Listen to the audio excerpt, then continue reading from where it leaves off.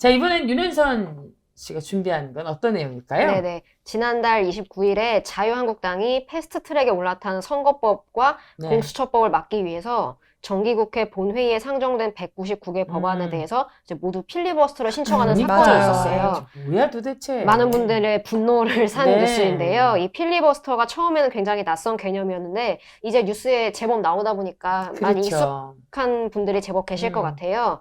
이게 국회에서 소수파 의원들이 다수파의 독주를 막거나 기타 필요에 따라서 합법적 방법과 수단을 동원해서 의사진행을 고의로 방해하는 행위를 뜻하는 용어인데요. 네. 뭐 질문이나 의견 진술을 명목으로 장시간 혼자서 이제 연설을 막 하거나 이런 장면을 언론에서도 네, 많이 네. 보셨을 거예요. 또는 무제한 토론, 출석 거부 혹은 뭐 퇴장하거나 뭐 이런 방법들이 있는데요. 이번에 자유한국당이 필리버스터를 신청하게 되면서 그 이른바 민식이법으로 알려진 이 법을 비롯해서 국민 안전과 민생과 관련된 법안 통과들이 모조리 막히게 네. 됐습니다.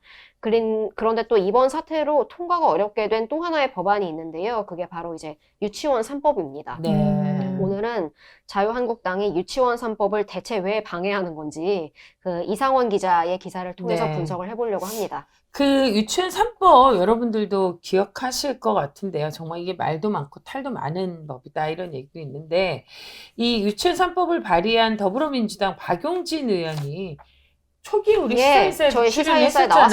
나왔었어요. 예, 그래서 이제 그게 올해 4월이었던 것 같은데 예, 아직도 이게 법안 통과가 안 예. 되고 있었어요. 정말 황당하죠. 도대체 유치원 3법 이야기가 나온 게 언제적인데 아직도 그러니까요. 통과가 안 되고 있는데요. 사립학교법, 유아교육법, 학교급식법 개정안 이렇게 세 가지를 묶어서 이르는 말인데요. 유치원 3법이요. 이게 여론의 지지가 굉장히 높은 법안입니다. 맞아요. 한국사회여론연구소의 12월 2일 발표에 따르면요. 응답자의 69.2%가 유치원 3법이 정기국회에서 이번에 반드시 처리가 돼야 된다. 이렇게 응답을 했습니다. 반대 의견은 17.3%에 불과했고요. 그래서 이렇게 여론에서 이렇게 당연히 유치원 3법은 이번에 통과가 돼야 된다. 네네네. 이렇게 지지를 보내고 있음에도 불구하고요. 국회에서는 정작 유치원 3법 처리에 관해서 굉장히 지지부진했습니다. 지난해 12월 27일에 법안이 패스트트랙에 오른 뒤에 그 이후로 국회에서는 이 유치원 3법에 대해서 제대로 논의한 적이 없었대요. 그러니까 이번 본회의에 걸린 법안은 상태나 쟁점이나 모두 지난해 12월 패스트트랙에 올랐을 당시 그대로라고 합니다. 아, 그게 이제 거의 지금 1년째 네네. 이 법안과 관련된 논의가 전혀 없었다라는 예. 건데 그 이유가 도대체 뭐예요? 네네. 이번에 이상원 기자가 그 유치원 3법을 발의한 박용진 의원 이야기를 직접 들어봤는데요. 네. 자유한국당의 원내대표가 바뀌면서 법안이 표류하게 됐다. 이렇게 보고 있습니다. 마침 오늘 또 심재철 의원이 새 원내대표로 네. 당선이 되기도 했는데 이 박용진 의원의 말에 따르면 법이 지난해랑 바뀐 게 없는데 사실 그 이전의 원내대표죠. 김성태 원내대표 시절에는 상당히 입장이 많이 좁혀졌었대요. 네네. 그런데 그 후임인 나경원 원내대표가 오게 되면서 논의가 아예 멈췄다. 이렇게 말을 했습니다. 실제로 지난해 11월에 김성태 당시 자유한국당 원내대표는요.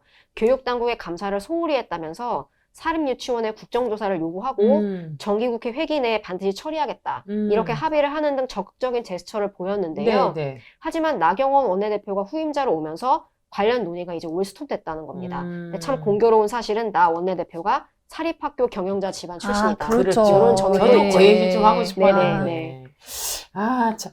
이게 결국에는 이제 그 쟁점을 좀 확인해 보려면 유치원 3법 관련해서 마지막 논의가 있었던 지난해 이제 법안 심사 소위 네네. 그 현장부터 돌아가서 하나하나씩 이제 또 역순으로 네, 되짚어 봐야 그렇죠. 될 것 같아요. 지난해 12월 26일에 있었는데요. 교육문화체육위원회 법안 심사 소위. 여기에서 그 양당 의원들은 비교적 유치원 3법에 대해서 오랜 시간 논의를 이어갔었다고 해요. 그런데 핵심 지점에서 의견차를 정작 좁히지 네네. 못했다고 하는데요. 더불어민주당의 박찬대 의원은 결국에 도저히 합의를 이루어낼 수 없으니까 이걸 무조건 뒤로 미룰 수는 없고 패스트트랙을 통해서 300일을 확보하자. 네네. 이렇게 말을 했다고 합니다. 아. 즉 그 양측이 절대 합의할 수 없는 핵심 지점이 이 법안 심사 소위에서 있었기 때문에 네. 결국에 지난해 12월 27일에 법안을 패스트트랙에 올린 겁니다. 아, 그렇군요. 근데 제가 이제 그 기사를 좀 살펴봤더니요. 회의 때마다 양측에서 이제 이 접점이 없다. 뭐 도저히 결론이 안 난다. 이런 의견을 이제 계속해서 나오고 네네. 있었고, 이게 정말 도대체 합의를 할 수 없는 그럼 부분은 뭘까? 대체 예. 그건 뭘까? 이게 그게 이제 궁금한 중요한 건데요. 거예요. 도대체 어떤 부분에서 합의를 못했기 때문에 네. 그 뒤로 논의가 올스톱이 음. 됐느냐. 그 부분인데 다들 알고 계시다시피 이제 유치원 3법의 핵심은 회계를 투명하게 하자는 게 이제 그렇죠. 핵심이에요. 아니 그게 뭐가 문제일까? 그러니까요. 근데 이거 자체에는 반대하는 정치인이 없어요. 양당에서도. 이 명분에 대해서는 다들 찬성을 하는데요. 네. 근데 뜻밖에도 여기에서 이 교육 회계를 투명하게 하자는 건데 근데 이 투명성이 대체 뭐냐. 여기에서 이제 의견 대립이 발생한다는 거예요. 자유한국당의 전희경 의원과 곽상도 의원이 이 논쟁을 촉발을 시켰는데요. 네. 각각 우파 시민단체 그리고 공안검사 출신인 이분들이 주장에 따르면요. 국가가 처벌해서는 안 되는 유치원 회계가 따로 있다. 이렇게 주장을 했어요. 그게 뭐냐고. 예, 이제 구체적으로 말씀을 드리면 야. 국가가 판단할 수 있는 유치원 회계의 불투명함이란 국가의 재정에서 나온 부분만 해당이 되고 학부모가 지불한 돈은 국가가 판단할 부분이 아니다. 이렇게 이야기를 하는 거예요. 이게 지난해 12월 3일에 곽상도 의원의 발언을 들어보시면 좀 더 이제 구체적으로 네. 이해를 하실 수 있을 텐데 학부모와 유치원과의 관계이다. 즉 개인과 개인의 관계라는 거예요. 그러니까 이 돈까지도 무조건 정부가 준 보조금하고 같은 취급을 하자. 이게 옳은지 나는 의문이다. 곽상도 의원이 이렇게 이야기를 했습니다. 아니 괴물이지. 학부모가 유치원한테 돈을 줄 때 원장님 껌 사드시고 사탕 사드시고 빵 네네. 사드시 이렇게 주는 돈은 아니지. 그렇죠. 아이들 잘 가르치고 교육에 필요한 걸 공적인 영역에 써야 되면 투명하게 사용해야 어쨌든 되는 거 정부가 준 아니에요? 보조금이 아니고 학부모 개인이 준 돈이기 때문에 이것까지 국가가 터치할 수는 없다. 이런 논리를 이제 주장을 하시는 거예요. 황당하네요. 전의경 의원도 이제 비슷한 맥락에서 더 격한 반응을 보였는데요. 대한민국이 자유민주주의 시장 경제를 헌법 가치로 하는 국가가 맞는지 의심된다. 이렇게까지 말을 뭔 했다고. 소리. 난 정말 이해가 안 근데 되는데. 이거를 왜 네네. 부모가 주는 돈이라고 해서 숨길 이유가 뭐가 있는지. 그러게 말이에요. 아니 그러니까 부모가 주는 돈은 막 써도 되냐고. 예, 이게 제 말이 그 왜냐면 말이에요. 유치원 3법이 문제가 됐던 게 그동안 회계가 투명하지 않아서 그렇죠. 그냥 그런 깜깜이로 그냥 원비로, 손으로 원비로 그냥 각자 뭐, 처리하고. 그 원장님의 사적인 돈까지 다 그렇죠. 썼다라는 예를 들면 뭐 이렇게 비리 유치원이 많이 친척을 나왔잖아요. 취업시켜서 그분의 맞아요. 급여로 네. 나가게 한다던가 뭐 이런 사례들이 발견이 그런데 됐었죠. 이게 왜 이런 얘기를 하는지 정말 이해가 안 되는데 그렇다면 이제 이 자유한국당이 이제 사립 유치원의 어떤 이익 단체라고 할 수 있겠죠. 한국 유치원 총연합회 예, 입장을 한유총이라고 불러보시죠. 대변하는 것라고 봐도 과언은 아닐 것 같아요. 네네. 그런 측면이 들어보시면 알겠지만 없지는 않아요. 네, 그분들이 그런 요구들을 많이 했었잖아요. 앞서 말씀드린 이 전희경, 곽상도 의원이 주장하는 이른바 이 사유재산론. 사유재산이니까 건드릴 수 없다. 그렇죠. 이 사유재산론은 한유총에서 변함없이 주장해오던 주요 입장 중에 하나이기 때문인데요. 그리고 또 자유한국당 소속 일부 정치인들은 한유총 집회에 가서 연설을 한 적이 있기도 하고요. 또 심지어 최근에는 황교안 자유한국당 대표가 2013년 당시에 한유총 고문 변호사로 활동했었다. 맞아요. 이런 보도를 네, 아마 보신 적이 그렇죠. 있을 겁니다. 근데 하지만 재밌게도요. 자유한국당이 이번에 내놓은 유치원 3법 개정안에는 한유총이 극렬하게 반대했던 사안도 포함이 되어 있다고 해요. 네. 대표적인 게 이제 그 에듀파인 도입인데요. 그 에듀파인이 그 유치원 회계 프로그램이죠. 그렇죠. 에듀파인 도입이 대표적인데 에듀파인을 도입하게 되면요. 회계 처리를 이렇게 깜깜이 방식이죠. 손으로 하지 않고 정부가 여는 전자회계 프로그램을 통해서 하게 되기 때문에 회계 투명성이 굉장히 높아지게 됩니다. 그래서 한유총에서 굉장히 꺼려하던 부분이죠. 네네. 에듀파인의 도입은요. 그런데 이 부분이 자유한국당의 유치원 3법 개정안에 포함이 되어 있는 겁니다. 참 아이러니하죠. 또 그러네요. 한편 개정안에는요. 사립유치원에서 꾸준히 요구해오던 정부의 시설 사용료 지급 이 부분도 빠져 있습니다. 뭐 이쯤 되면 유치원 3법을 둘러싼 자유한국당의 어떤 속내를 정말 그분들의 마음을 예. 잘 수가 없네요, 진짜. 예.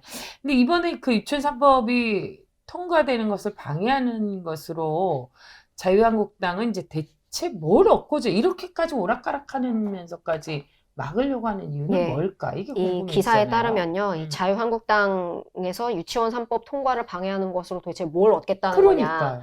그 마지막 보루는요. 당내 이념파, 아까 말씀드린 전희경 의원이나 곽상도 의원이 대표적인데 네. 이 이념파들의 소신을 지키는 것. 이것으로 보입니다. 이 실제로 유치원 3법과 관련해서 한유총을 비롯한 사립유치원의 진영의 앞날은 지금 사실 순탄치가 못하고 여론의 지지를 별로 못 받고 있어요. 네. 한유총 회장은 기소가 됐고 또 이 조직이 인가 취소되기도 맞아요. 하지 않았습니까? 그리고 또 말씀드린 대로 일반 여론도 굉장히 지금 한유총에 적대적이기 때문에 자유한국당에서 사실 사립유치원 편을 들어서 얻게 되는 정치적 이익은 사실 별로 없어요. 본인들도 그리고 이거를 모르지도 않을 거고요. 그럼에도 불구하고 이제 이 이념파들이 입장을 바꾸지 않고 있는 건데요. 이분들의 네. 한결같은 주장은 국가재정은 국가 감독 하에, 하지만 사적 거래는 개인 자율로, 이 부분을 이제 계속 주장을 하고 있는 겁니다. 네. 특히 전희경 의원은 정치적 불이익을 감수하더라도 본인의 주장을 끝까지 굽히지 않겠다. 이렇게 밝혔습니다. 아, 진짜 20대 국회 마지막 그 정기국회 회기가 내일이죠. 녹화 다음 네네. 날 이제 종료가 되는데 오늘 이제 지금 녹화가 되고 있는 오늘 본회의를 열어서 이제 패스트트랙 법안을 상정한 뒤에 12월 11일부터 임시회의를 여는 방안도 지금 검토되고 있지요. 이렇게 될 경우에 이제 유치원 3법뿐만 아니라 선거법, 공수처법 등 다른 패스트트랙 법안들도 이제 임시회의를 노려야 합니다. 이 자유한국당의 어떤 갑작스러운 필리버스터 선언으로 국회가 순식간에 이제 혼란 속에 빠져들었는데요. 지난 4일 여론조사 전문기관인 리얼미터가 TBS의 의뢰로 전국 19세 이상 성인 남녀 503명을 대상으로 조사한 결과를 보면요. 20대 국회가 의정활동을 잘못했다라는 응답이 78%를 차지했습니다.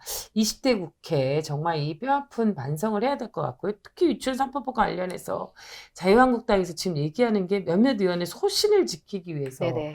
이 법을 이렇게 막고 있다라는 게 정말 그분들이 원하는 진정한 어떤 의미의 아이들을 지키는 것, 그 자유와 민주주의를 지키는 게 무엇인지 되묻게 하지 않을 수가 없습니다. 이 사태가 빨리 마무리돼서 국회가 정상화되고 이 민생 법안들이 조속히 처리됨으로써 좀 우리 사회가 이 혼란에서 좀 다들 벗어날 수 있었으면 좋겠습니다. 오늘 그 시사인의 다양한 뉴스를 또 다시 한번 짚어봤는데요.